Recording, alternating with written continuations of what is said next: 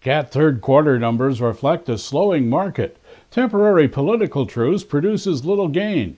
Flooded Colorado road repairs underway, and manufacturers begin CONEXPO sneak previews. That and more on Construction News Tracker, brought to you by Caterpillar and produced by 4constructionpros.com.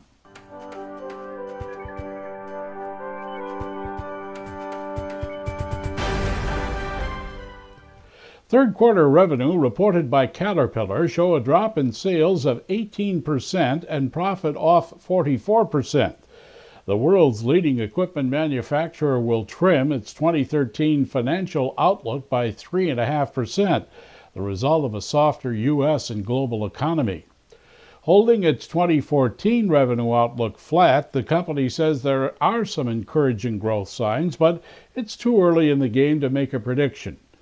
During a recent company event, I had the opportunity to ask CAT CEO Doug Oberhelman about one important segment of the company's future growth market, China.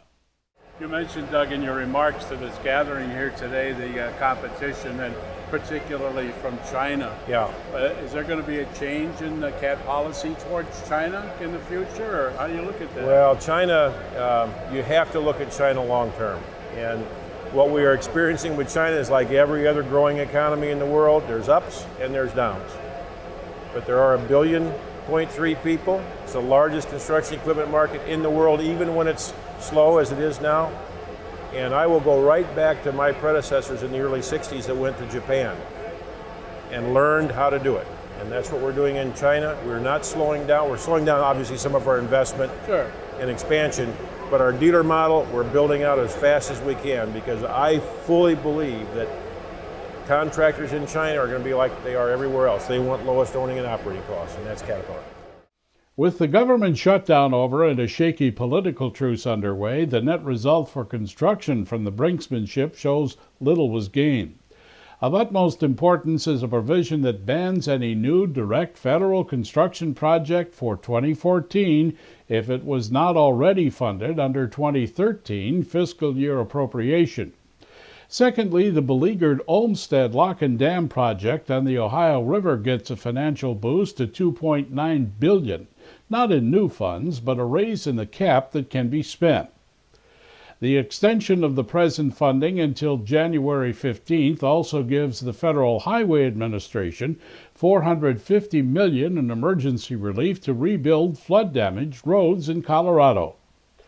Ravaging waters destroyed about 200 miles of state highway and damaged 120 bridges in mid-September, much of it in mountainous areas that have cut off communities. The Colorado DOT has a number of state and local crews, along with local contractors, working to rebuild those areas in which 1,800 homes and businesses were destroyed. And with winter approaching, they hope to have at least temporary repairs completed by December 1st. At Wacker Neuson's annual dealer meeting recently, they used that occasion to offer a sneak peek at new skid steer loaders that will be unveiled publicly at CONEXPO next March. It's taken the company 10 years to develop equipment for the U.S. market in-house, and will include 2 skid steers and 2 track loaders in a variety of packages and prices. CONEXPO is set for March 4th to 8th at Las Vegas. Competition in the construction equipment market is heating up. SDLG, the Chinese subsidiary of Volvo, is new to the North American market, joining other Chinese equipment makers like Sany, Shantuyi, and Lugong. Initial steel pilings that will support a new Tappan Zee Bridge over the Hudson River in New York are being driven into the riverbed. The $3.9 billion span will have 8 lanes and be able to accommodate light rail and express traffic, as well as bikes and pedestrians. A consortium of contractors including Granite, Trailer Brothers, Fluor, and American Bridge, along with others, formed the design-build team. A complete Tappan Zee expected in 2018. ARTBA has a series of regional meetings on tap for the construction industry in December. ARPA wants to talk about the 2014 U.S. Transportation Market Forecast, Map 21, political strategy related to upcoming budget talks, and local construction ideas. It all begins December 2nd at Austin, Texas, with regional meetings to follow at St. Louis, Charlotte, and Baltimore. Industry execs and others interested in participating should contact Ed Tarrant at ARTPA at etarrant@artpa.org. In closing, of course life is bizarre. The more bizarre it gets, the more interesting it is.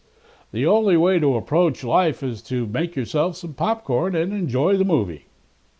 This is Construction News Tracker, watching out for the industry that makes the world a better place. Brought to you by Caterpillar and produced by forconstructionpros.com.